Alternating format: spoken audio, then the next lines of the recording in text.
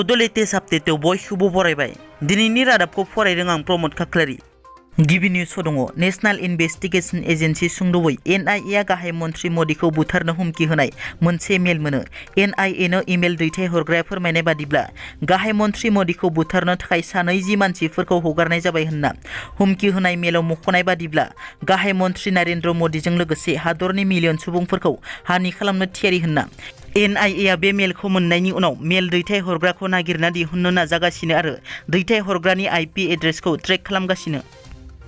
दिनै 2 एप्रिलाव फिन बारायदों पेट्रल डिजेलनि बेसेनखौ। पेट्रलनि बेसेनखौ दिनै 89 फैसा आरो डिजेलनि बेसेनखौ 85 फैसा बारायदों गुवाहाटीआव।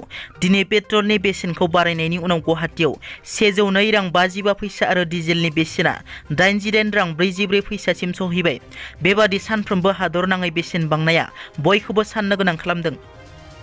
बे बोसोरनि बावखुंग्रि फेस्टिभेलखौ खुंफुंनो साखाफारा फैगौ 12 एप्रिलनिफ्राय 14 एप्रिलसिम खुंफुंनाय जागोन। बे बोसोरनि बावखुंग्रि फेस्टिभेल खुंफुंनायनि थागथियारिनि थाखाय बीटीसीनि सेक्रेटारिफोर गाहाय बिफानगिरि बिथांमोना बावखुंग्रि दावबायहैनानै जायगा नायगिदिंहैदों। बे बोसोरनि फेस्टिभेलनि लोब्बायै साइक्लिं बादायलायनाय, हाजो गाखोनाय बादायलायनाय, दोरोङारि गेलेमु बादायलायनाय, मोसानाय बादायलायनाय बायदि बायदिखौ लाफानाय जागोन होनना मिथिनो मोननाय जादों।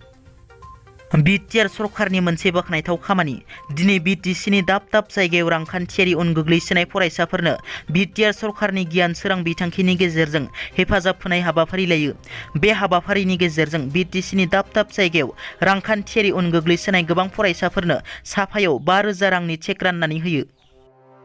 खोला कामरुपाव सासे सेंग्राया गावनि गोसो थोनाय सिख्लानि गाज्रि फट'खौ बेरायाव पस्टारिं खालामनायनि थाखाय सेंग्राया गोजाननि आलासि जानांदों। खोला कामरुपनि कालातली पथाराव जायो बे समाजखौ लाजि फोनांनाय जाथाया।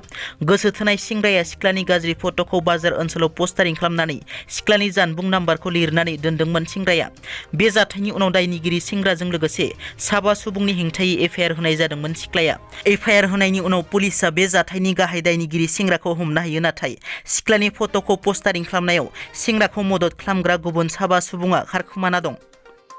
BPF नि गेदेर खहा। उदालगुरि जिल्लानि सिङाव थानाय 38 नं भैरब कन्द बियाबाव गासै 5 निबो बारा आइजोफोरा BPF दोलोखौ नागारनानै UPPL दोलोआव हाबफैयो। UPPL नि लिङाइ आफादगिरि ब्रह्मन बाग्लारिनि दैदेननायाव खुंफुंनाय UPPL नि जयनिं हाबाफारियाव गासै 5 निबो बारा आइजोफोरा BPF दोलोखौ नागारनानै UPPL दोलोआव हाबफैयो। फैगौ समाव उफ्रा बिसायख'थिया जायोब्ला UPPL आ देरहानाया 100% रोखा होननानै UPPL नि लिङाइ आफादगिरि ब्रह्मन बाग्लारि बिथाङा बुंथियो। दिनैनि रादाबा एसेनोसै। नोंथांमोना जुदि आंनि चेनेलखौ दासिमबो साबस्क्राइब खालामाखै, अन्नानै साबस्क्राइब खालाम। गोजोन्थों।